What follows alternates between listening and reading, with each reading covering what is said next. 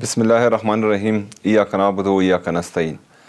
زه نن د خپل د پېښور ورکر سره مخاطب یم چې څنګه تاسو ټولو ته پته ده چې انشاءالله د اتوار په ورځ حیات آباد سپورټس کمپلیکس فوټبال ګراوند کې د ورځې 12 بجې د پاکستان تحریک انصاف جلسه ده چې په کوم کې به د پاکستان تحریک انصاف صوبایي او مرکزي لیډرشپ هغه هم شرکت کوي.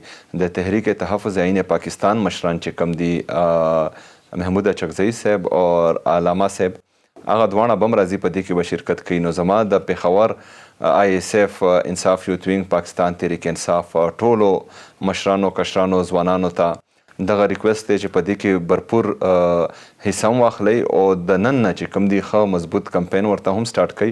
ټول چې څومره زموږ ځوانان دي هر یو کس دی 30 سیکنډ ویډیو جوړه کړي او سوشل میډیا ته دې ورکړي او خلکو ته دې دعوت ورکړي چې میکزیمم خلکو ته پته ولګي ځکه چې هغه خلک راځي د پاکستان تحریک انصاف جلسې ته د عمران خان دپاره خلک راځي خو دا پیغام رسول ډیر ضروري دی او ستاسو ټولو ذمهواري ده چې په دې کې خپل کلیدي کردار ادا کوي. انشاءالله تعالی د اتوار په ورځ په فوټبال ګراوند حیات آباد سپورټس کمپلیکس کې به په 12 بجې باندې مونږ ټول د ستاسو سره ملاقات کوو. ټول ملګري پکې ضرور شرکت وکړئ.